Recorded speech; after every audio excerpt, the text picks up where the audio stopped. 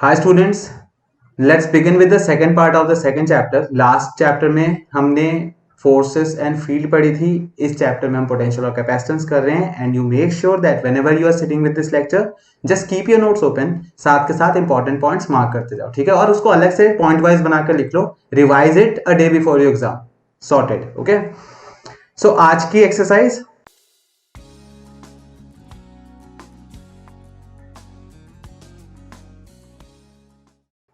First question. Some charge is being given to a conductor, then its potential के बारे में पूछा charge देने के बाद. Is maximum at the surface? No, ऐसा नहीं होता. Is maximum at the center? ऐसा भी नहीं होता. क्यों नहीं होता? क्योंकि potential throughout the conductor same रहता है. सेंटर पे भी उतना ही है जितना बीच में है, जितना सरफेस पे. Okay. Remains same throughout the conductor. That is correct. And maximum somewhere between surface and conductor, obviously wrong. Next one.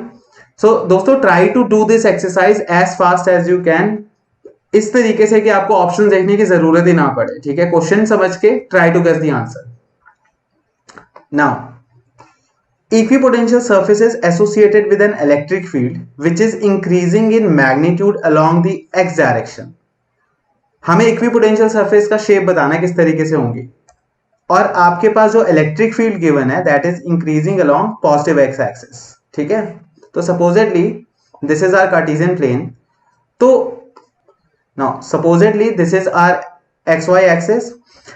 हमारी इलेक्ट्रिक फील्ड x एक्सिस के अलॉन्ग जा तो रही है, बट इक्विपोटेंशियल सरफेस किस तरीके से बनता है? Equipotential surface is always perpendicular to electric field. So a surface would be a plane parallel to which axis? x axis के perpendicular, that is both y and z. Okay, parallel planes बनेंगे बहुत सारे, और इन planes के बीच में distance कहां ज्यादा होगी और कहां पे कम होगी? जैसे जैसे इलेक्ट्रिक फील्ड वीक होते जाएगी, जैसे जैसे इलेक्ट्रिक फील्ड वीक होते जाएगी, प्लेन्स के बीच का डिस्टेंस बढ़ता जाएगा, और जहां पे इलेक्ट्रिक फील्ड स्ट्रांग है वहां पे प्लेन्स के बीच का डिस्टेंस कम होता जाएगा. ये पॉइंट है जिसको आपको याद रखना है. Now the question says which is increasing in magnitude along x direction. ध्यान रहे हमारा diagram decreasing along x axis था, बट हमें सिर्फ शेप बतानी, तो आपको कंसेप्ट भी समझ में आ गया. और शेप क्या है? Parallel planes along parallel to which axis? Parallel to Y Z axis, है ना? एक्स एक्सिस के परपेंडिकुलर y और z. Next one, what is the angle between electric field and equipotential surfaces? Always 90 degree. पिछली videos में हम discuss कर चुके हैं. Next question, a parallel plate capacitor is charged. Okay, if the plates are pulled apart then capacitance का formula क्या होता है? Epsilon nought a over d. d is the distance between two plates. Now if the plates are pulled apart, यानी कि आपने distance को increase कर दिया, तो जब डिनोमिनेटर इंक्रीज होता है तो ओवरऑल वैल्यू डिक्रीज हो जाती है. So the correct option would be capacitance decreases. Next, a positively charge particle is release from rest in a uniform electric field. Okay, electric potential energy of the charge will remain constant. I'm not reading pura क्योंकि I want to understand the question first, and this is what you are supposed to do. When you get a question, don't get yourself confused within options. Question को ढंग से समझ लो. पूछा क्या? Option में से answer अपने आप निकल के बाहर आ जाएगा. नाउ इस पर्टिकुलर क्वेश्चन में a positively charged particle is released from rest in uniform electric field. Supposedly हमारी इलेक्ट्रिक फील्ड इस डायरेक्शन में, और यहाँ पे एक पॉजिटिवली चार्ज पार्टिकल रख दिया हमने. हो गया क्या? इस पे एक फोर्स लगेगी ऑब्वियसली, और ये force, due to this force it will move along the direction of what? Electric field. अब ये बात तो समझ में आ गई, बट पोटेंशियल एनर्जी इंक्रीज होगी या डिक्रीज होगी ये हमें कैसे पता चलेगा? चलो, पोटेंशियल एनर्जी का फॉर्मूला आपको क्या याद है? एनर्जी का फॉर्मूला आपको ने जो याद किया था, k q1 q2 upon distance का स्क्वायर था? नहीं था, डिस्टेंस था सिर्फ, है ना? k q1 q2 आया, डिस्टेंस का स्क्वायर कूलम फोर्स में आता था. Now using this formula can you tell कि पोटेंशियल एनर्जी डिक्रीज हो रही है, इंक्रीज हो रही है? देखो, ये जो इलेक्ट्रिक फील्ड लाइंस आपको दिख रही हैं, इनका कोई तो सोर्स होगा. Supposedly this is that main charge जिसके वजह से ये फील्ड लाइंस ओरिजिनेट हुई, राइट? अब जो पोटेंशियल एनर्जी का इस चार्ज का, पोटेंशियल एनर्जी चार्ज का जो इस इलेक्ट्रिक फील्ड लाइन में है, वो basically interaction of this charge q with the electric field of the bigger charge. That is how potential energy उसकी डिफाइन हुई थी. अब जब ये चार्ज दूर चले जाएगा तो इसकी रेस्पेक्टिव डिस्टेंस बढ़ गई. सोर्स से, ओरिजिन से, ड्यू टू विच क्या होगा, पोटेंशियल एनर्जी डिक्रीज होगी. So the option should be it potential energy should decrease because the charge is going along the electric field lines direction. So C is the right answer. Next, the electrostatic potential on the surface of a charged conducting sphere. Sphere is 100 volt. Okay, surface पे 100 volt है, तो इससे हमें क्या पता चलता है, हमने ऑलरेडी 3 क्वेश्चन पहले ये पढ़ा कि जो भी चार्ज, जो भी वोल्टेज होता है कंडक्टर में थ्रू आउट कॉन्स्टेंट होता है, थ्रू आउट सेंटर में हर जगह उसका 100 वोल्ट है. So first statement, at any point inside the sphere electric intensity is zero. That is correct because electric field का फॉर्मूला पिछले वीडियो में भी आपने किया था, ये माइनस dV/dr है ना. तो पोटेंशियल कांस्टेंट है तो इलेक्ट्रिक फील्ड की वैल्यू जीरो हो गई. Second, at any point inside the sphere the electrostatic potential is 100 volt. Absolutely right, हर पॉइंट पे पोटेंशियल कांस्टेंट होता है, सेम होता है. So both 1 and 2 are true. Next, equipotentials at a great distance from a collection of charges whose total sum is not zero are approximately, पहले इस question को समझो. इक्विपोटेंशियल्स यानी कि बहुत सारे इक्विपोटेंशियल सर्फेसेस की बात कर रहे हैं. At a large, great distance को चेंज कर दो, at a large distance, easily समझ में आ जाएगा. बहुत ज्यादा डिस्टेंस पे फ्रॉम कलेक्शन ऑफ चार्ज. अब supposedly this is my collection of charge, ऐसे, ठीक है. हमारे कलेक्शन चार्ज जो है वो एक ट्रायंगल फॉर्मेट में, ओके. इसका total sum is not zero. लेकिन जब मैं इसका इक्विपोटेंशियल सरफेस ड्रॉ करूंगा इनिशियली तो कुछ ऐसा सा दिखेगा, बट जब ये डिस्टेंस बहुत लार्ज हो जाएगा सच दैट कि ये सारा charge distribution behaves like a point charge, तो आपको इक्विपोटेंशियल सरफेस इसका कैसे दिखेगा, लार्ज डिस्टेंस पे स्फेरिकल दिखेगा. नाउ क्वेश्चन का मतलब समझ में आया. इक्विपोटेंशियल्स यानी कि वो सरफेस जो बहुत ही ज्यादा डिस्टेंस पे कलेक्शन ऑफ चार्जेस से हैं जिसका टोटल सम जीरो नहीं है, वो किस शेप के होंगे, are approximately spherical in nature. Next one, 4 capacitors each 50 microfarad are connected as shown. तो हमारे पास ये पहला कैपेसिटर है, दूसरा कैपेसिटर, ये दोनों पैरेलल में थे. फिर सीरीज में 2 कैपेसिटर और हैं जो आपस में पैरेलल में, ठीक है. Now the DC voltmeter V reads 100 volt. DC voltmeter reads 100 volt. Okay, यानी कि इस कैपेसिटर को 100 वोल्ट मिला हुआ है. इस पे चार्ज कितना होगा, Q is equal to CV. C की वैल्यू 50 माइक्रोफैरेड दिया हुआ है, 50 into 10⁻⁻6. V की वैल्यू 100 है, दैट इज 5000 into 10⁻⁻6 और 5 into 10⁻³ कूलम्स और 5 मिली कूलम, ठीक है. पूछा है the charge on each plate of each capacitor is, हर एक प्लेट पे हर कैपेसिटर के सबसे पहले तो जितना चार्ज इस रीजन में इन दोनों कैपेसिटर पे आएगा उतना ही चार्ज इन पे भी आएगा क्योंकि they are all equal in value. So जितनी वोल्टेज इस सिस्टम ने अपने पास रखी है उतनी ही वोल्टेज इस सिस्टम को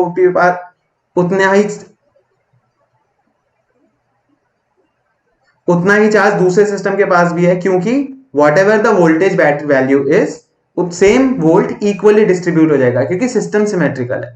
एंड दैट इज व्हाई जो चार्ज वैल्यू हमने निकाली है this will be your answer. So the correct answer for this is 5 into 10⁻³ coulombs. Next one, equipotential surfaces are closer in region of large electric fields compared to regions of lower electric fields. Just discussed, जहां पे electric field की strength ज्यादा होती है वहां पे इक्विपोटेंशियल्स पास पास होते हैं, जो डायग्राम में समझाया था. Will be more crowded near sharp edges of a conductor. That is also true. अगर एक sharp pointed end conductor है और this is charged, तो equipotential surface इस तरीके की बनेगी, तो it will be more crowded at the pointed ends. Will be more crowded near regions of large charge density. ये भी सही है, जहां पे चार्ज डेंसिटी ज्यादा होगी वहां पे इलेक्ट्रिक फील्ड स्ट्रेंथ ज्यादा है, वैसे ही equipotentials will be more crowded. So that means ये तीनों पॉइंट सही है, तो we are going for option D, which is all of the above. Next question is, a 2 microfarad capacitor is charged to 200 volt. तो charge कितना आया इस पे, चलो Q is equal to CV से निकल आएगा. When it is connected in parallel to another uncharged capacitor, जब हम पैरेलल में कनेक्ट करते हैं एक कैपेसिटर को दूसरे कैपेसिटर से, ये कंसेप्ट आपने किस टॉपिक में पढ़ा था वो याद करो, कॉमन पोटेंशियल. जब दो कैपेसिटर को हम जोड़ते हैं जिसका पोटेंशियल सेम हो जाता है, और वहां पे आपने loss of energy in sharing भी किया था, derivation. Anyway, the potential difference between the plates of both is 40 volt. तो सी कॉमन पोटेंशियल का कंसेप्ट आ गया. फॉर्मूला था total charge which is Q1 plus Q2, total charge which is Q1 plus Q2 divided by total capacitance which is C1 plus C2. Same formula Q की value क्या होती है CV, तो same formula बन जाएगा C1V1 plus C2V2 divided by C1 plus C2. Now capacitance of the other capacitor is, हमें C2 की value निकालनी है क्योंकि C1 हमारे पास है, इसकी वैल्यू थी 2 माइक्रोफैरेड. तो कॉमन पोटेंशियल हमें दिया हुआ है 40. पहला वाला चार्ज था 200 इंटू 2 माइक्रोफैरेड्स, कितना हुआ 400 माइक्रोवोल्ट्स. चलो C1V1 की वैल्यू 400 माइक्रोवोल्ट्स बोलना सही होगा, माइक्रोफैरेड वोल्ट्स, माइक्रोवोल्ट्स तो नहीं, microfarad into volts, microfarad volt सही होगा, कूलम बोलते हैं उसको, है ना. Anyway Q is equal to CV, तो 2 इंटू 200 क्या होगा 400 माइक्रोकूलम्स प्लस Q2 दूसरा वाला अनचार्ज था तो दूसरा 0 over C1 plus C2. C1 is what 2 microfarad and C2 हमें नहीं पता, तो क्रॉस मल्टीप्लाई किया हमने, क्या मिला 2 इंटू 40. सो इसको क्रॉस मल्टीप्लाई करो, 40 times 2 microfarad plus what plus C2 is equal to 400 microcoulombs. जब ये 40 वोल्ट से मल्टीप्लाई हो रहा है टर्म तो ये कूलम्स बन जाएगा. तो 40 into 2 80 microcoulombs plus 40 C2 is equal to 400 microcoulombs and then 80 microcoulomb minus कर दिया तो 40 C2 is equal to 320 microcoulombs and C2 will be equal to, अब 320 माइक्रोकूलम्स डिवाइडेड बाय 40 वोल्ट्स था, यूनिट देख रहे हो Q बाय V C, इसीलिए ये फैरेड बन जाएगा. और 4 times 8, so 8 what microfarads. So the answer will be 8 microfarad. Next question. Two identical metal plates separated by a distance d from a parallel plate capacitor. Okay, simple, दो metal plates हैं, they are separated by a distance and they are forming a parallel plate capacitor. A metal sheet of thickness d by 2 is inserted between the plates. ठीक है, metal sheet है thickness d by 2 का. सो एक capacitor plate दूसरी capacitor plate, इनके बीच के distance d और बीच में एक मेटल शीट है of thickness d by 2. The ratio of capacitance after the insertion of the sheet to that of before insertion. तो फॉर्मूला क्या होता है दोस्तों, with a dielectric conducting slab capacitance का फॉर्मूला हो जाता है epsilon A upon D minus T, और नॉर्मली फॉर्मूला क्या था, उसको C डैश बोल देते हैं, नॉर्मली फॉर्मूला था एप्सिलॉन A ओवर D. अब थिकनेस कितनी है D बाई 2 है, तो इन दोनों टर्म को अगर आप डिवाइड करोगे तो एप्सिलॉन A तो कट जाएगा, नीचे बचा है D बाई 2 यहाँ पे और D यहाँ पे, तो C डैश ओवर C की वैल्यू आपकी आ रही है 1 upon 1 by 2 which is 2, so C dash becomes twice of C. So this is after, बाद में C dash है, initially C था तो 2, that is second option 2:1. So next question, n identical capacitors are joined in parallel are charged to a common potential V.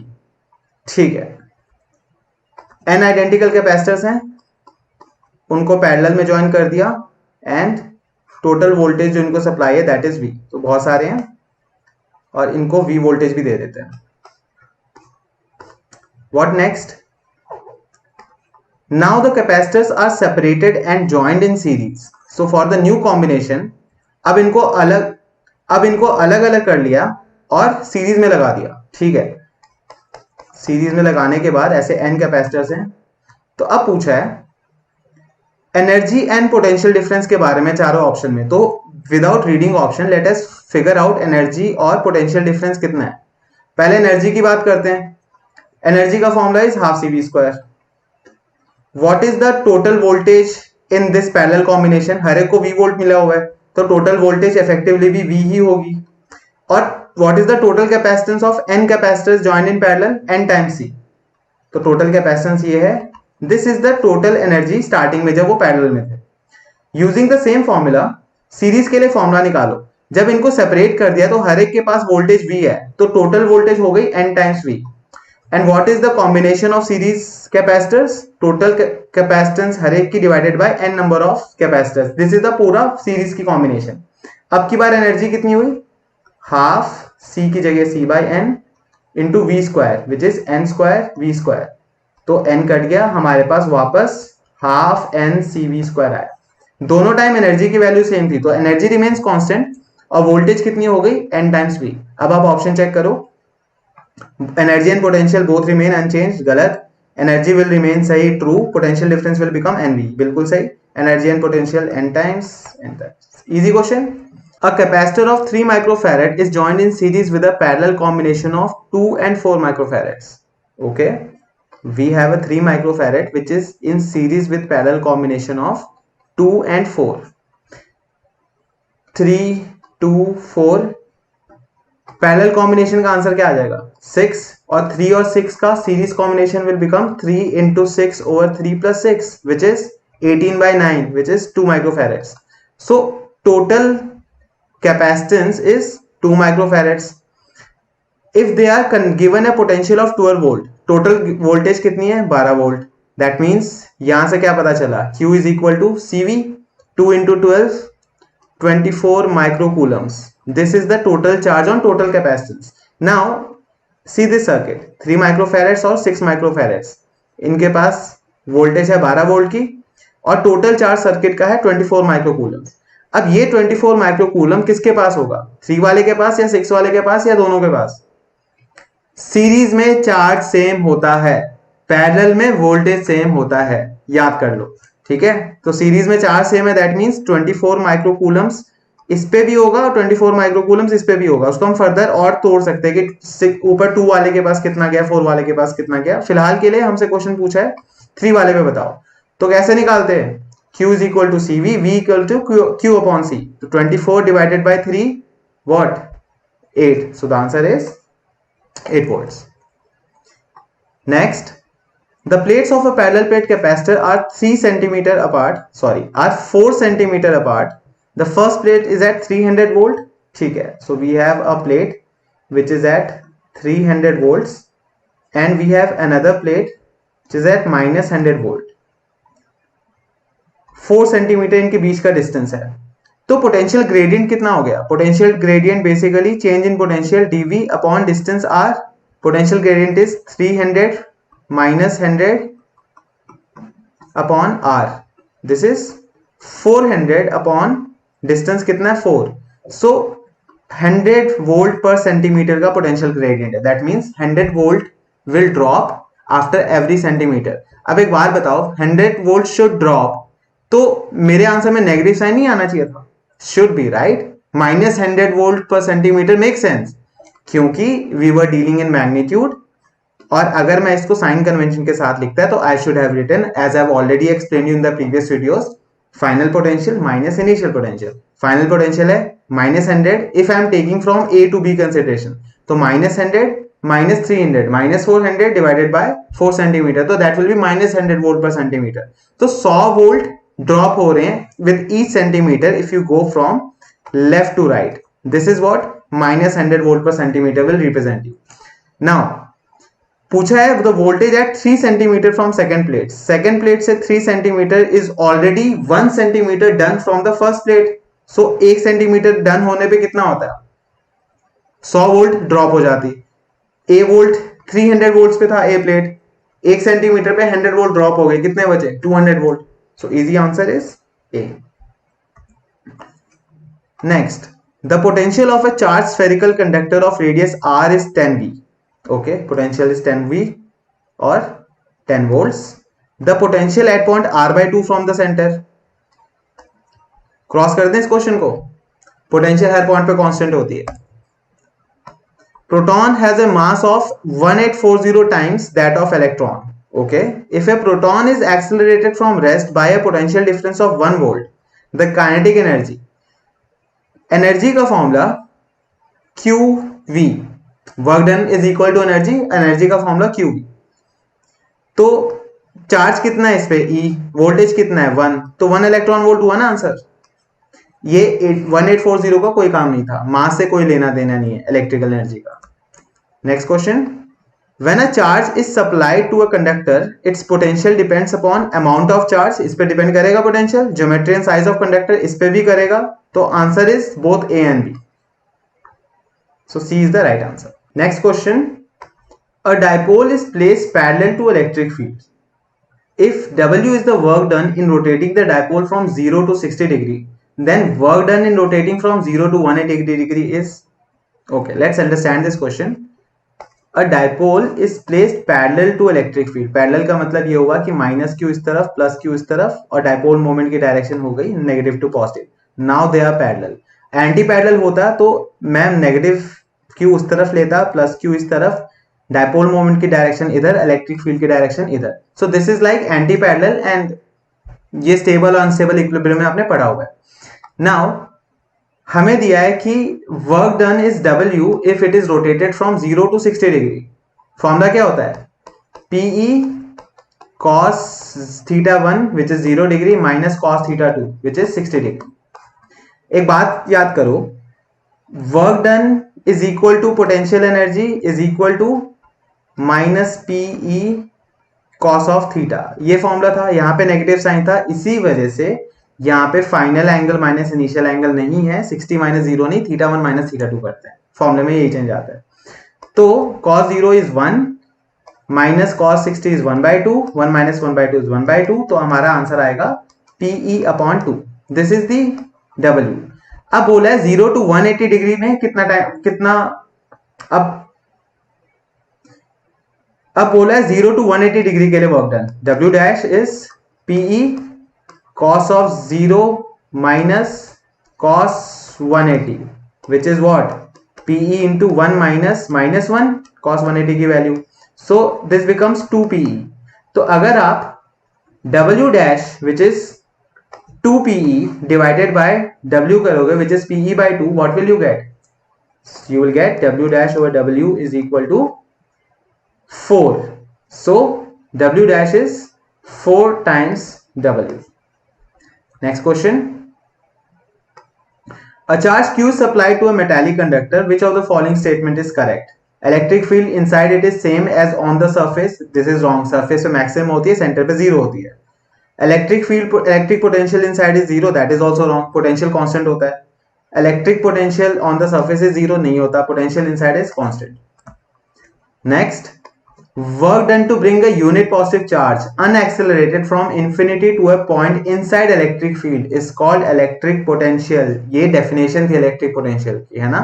It is the amount of work done in bringing a unit positive test charge from infinity to that point. किस point की बात कर रहे हैं? अगर आपको पूरा phrase करना होगा, but anyway आपका MCQ पेपर आ रहा है, चिल मारो.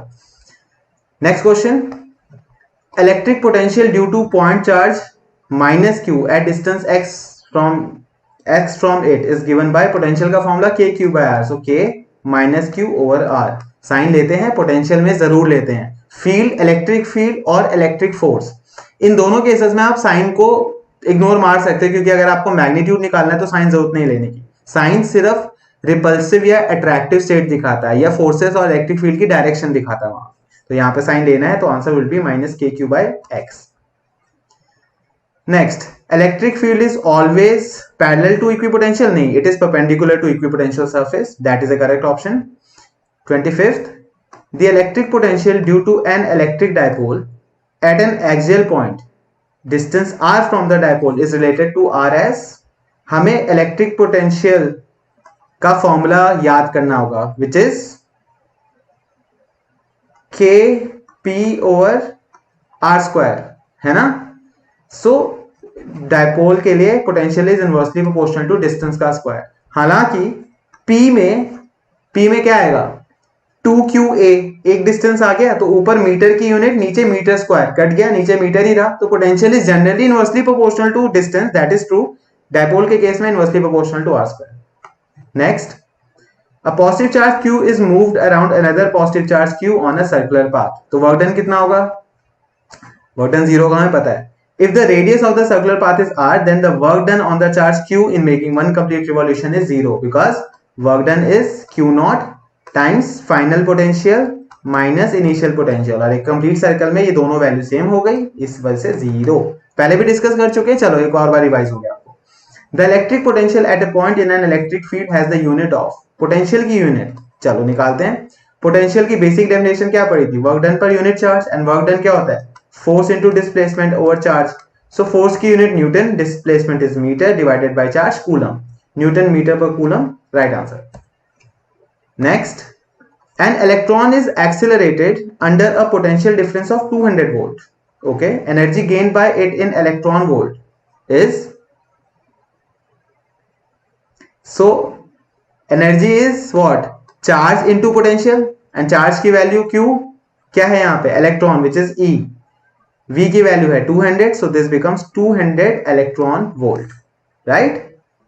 Next question, there exists a potential difference of 5 volt between two points in an electric field. Okay, दो पॉइंट है, इनके बीच में पोटेंशियल डिफरेंस 5 वोल्ट है।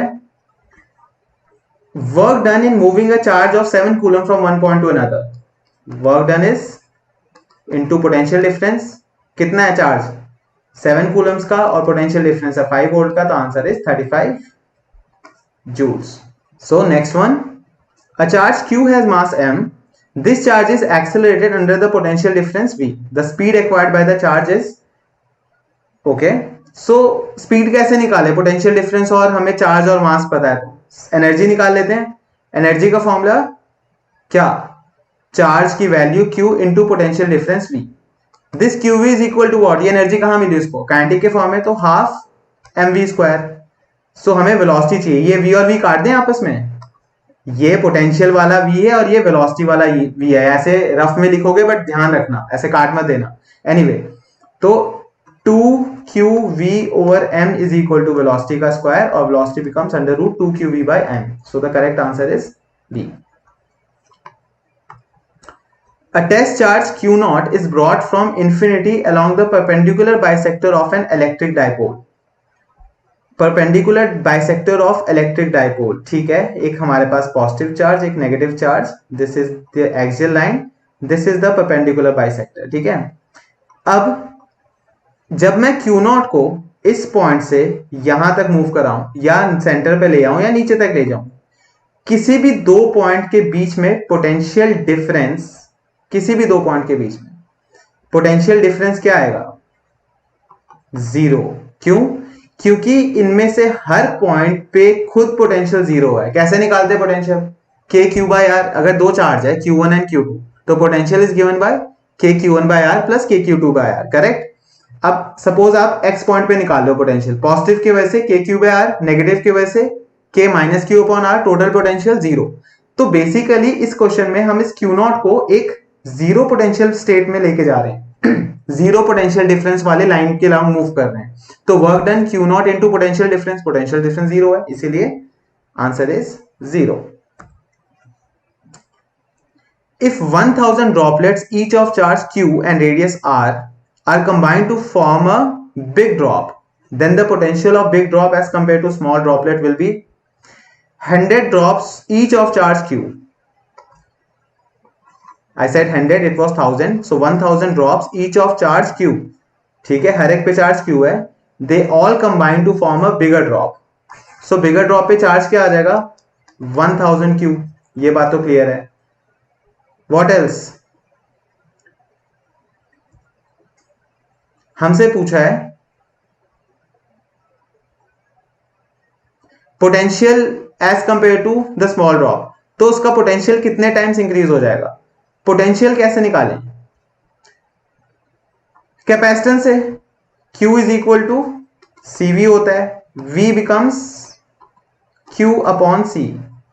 तो बड़े वाले का पोटेंशियल टोटल Q कितना है, 1000 Q डिवाइडेड बाय कैपेसिटेंस की वैल्यू, व्हाट इज कैपेसिटेंस की value for a big spherical drop, 4 pi epsilon naught whatever the radius. अब रेडियस कैसे निकालें, 1000 times small volume 4/3 pi R cube made a bigger volume 4/3 pi R cube.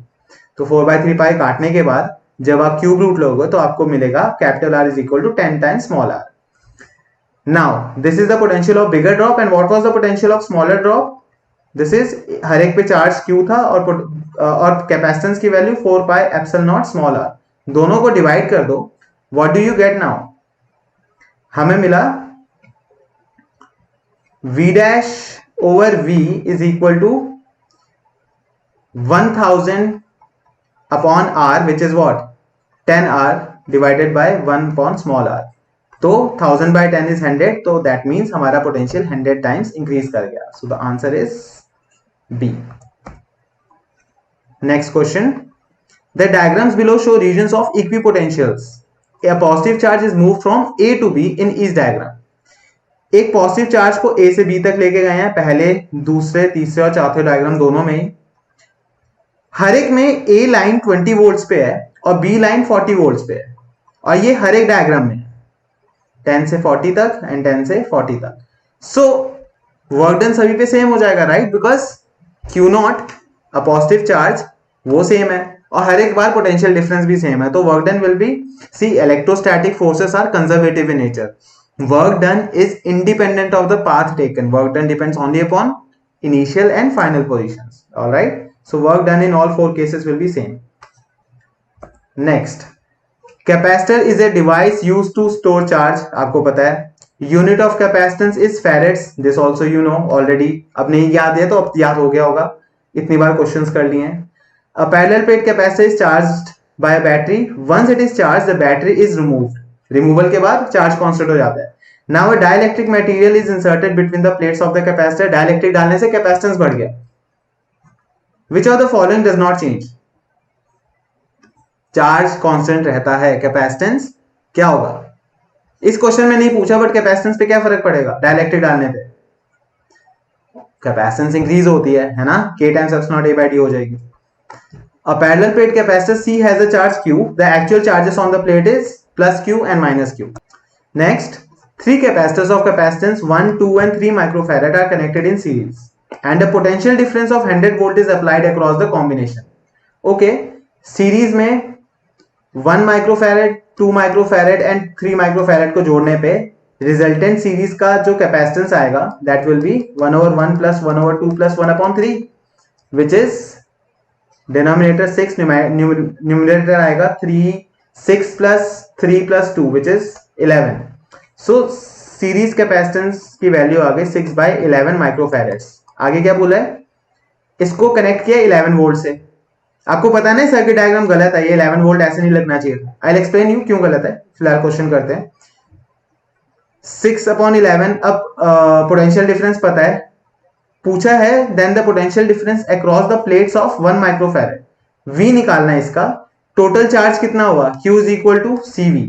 C की value है 6, that means 6/11 into 11. हमारा answer आया total charges 6 माइक्रोकूलम्स. अब ये 6 microcoulomb पहले वाले पे भी होगा, दूसरे पे भी होगा, तीसरे पे भी होगा, क्योंकि सीरीज में चार्ज सेम रहता है.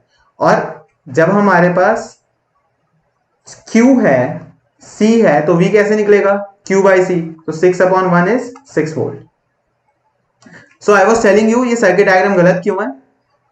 Capacitor does not allow DC to pass through it, right? Capacitor always allows AC. AC वाला चैप्टर आएगा तब फिर से पॉइंट मिलेगा तुम्हें. On reducing potential across capacitor, potential decrease कर दिया तो its capacitance Q is equal to CV वाले फॉर्मूले में एक ही कांस्टेंट वैल्यू थी विच वाज C. तो charge given to a capacitor is depending upon potential difference applied across it, and other way around potential difference applied across other way around, potential difference across a capacitor is directly proportional to charge given to it, but in either cases capacitance remains same, so constant. Energy stored in a capacitor is given by half CV square. If number of equal capacitors, if n number of equal capacitors each of capacitance C are connected in series, then equivalent capacitance becomes C/n.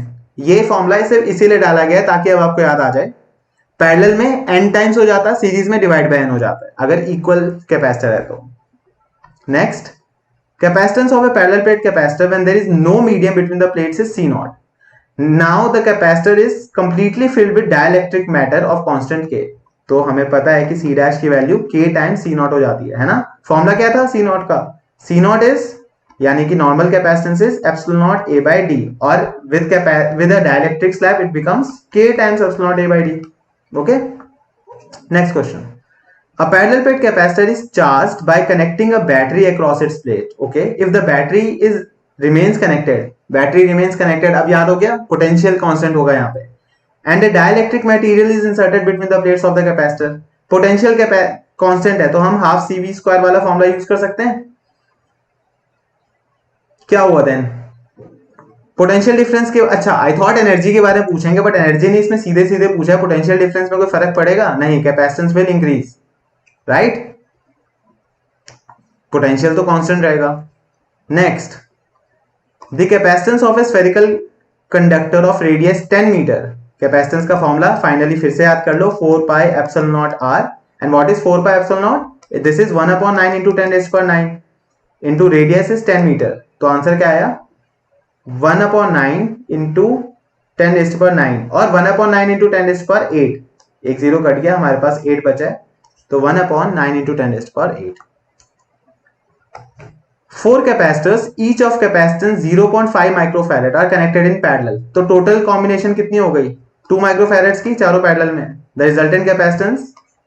Next, 3 capacitors each of capacitance 1 microfarad are connected in series, series में 1/3, the resultant capacitance is this। The relation between capacitance of an isolated spherical conductor situated in air and its radius, किस किस के बीच में relation चाहिए, capacitance और radius के बीच में, formula क्या था, फिर से याद हो जाएगा, 4 पाई एप्सिलॉन नॉट r, तो C is directly proportional to r, first option. 2 points P and Q are maintained at the potential of 10 volt and -4 volt. The work done in moving 100 electrons from P to Q. Good question. So work done is whatever charge you are moving times final potential, P से Q जा रहे हैं minus initial potential. अब charge कौन से move कर रहे हैं हमारे, we have 100 electrons, 100 times 1.6 into 10⁻⁻19, I मैंने कुछ गलत लिखा है, बताओ क्या, into Q VQ, final potential is -4 minus initial potential is 10 volt. अब बताओ मैंने इस पूरी एक्सप्रेशन में क्या गलत लिखा, इजी है, potential is a scalar quantity, sign लेना है इलेक्ट्रॉन्स का, तो इलेक्ट्रॉन का साइन यहां नेगेटिव हो गया। अब -4 - 10 इज माइनस व्हाट, -14, तो 1.6 into 14 करना है, दिस विल बी 2.24, और वैल्यू क्या आएगी 1.6 into, सो मल्टीप्लाई करके देखोगे 2.24 into 10⁻⁻16, so correct answer would be D. Next, a parallel plate capacitor with air between the plates has capacitance 3 microfarads. If capacitor is immersed in a liquid of dielectric constant, अब liquid में capacitor को डुबो दिया, तो हमारे पास ये liquid है और इसकी डाइलेक्ट्रिक स्ट्रेंथ है 4। अब जब आप एक कैपेसिटर को उसके अंदर रखते हो लिक्विड के, that means capacitor is completely filled by the dielectric, और फॉर्मूला आ जाएगा K times epsilon not A/D और K टाइम्स C, तो उसकी कैपेसिटेंस थी 3 माइक्रोफैरेड, K की वैल्यू है 4, तो answer resultant capacitance is 12 microfarad. Next, the distance between the plates of a parallel plate capacitor of capacitance C is double.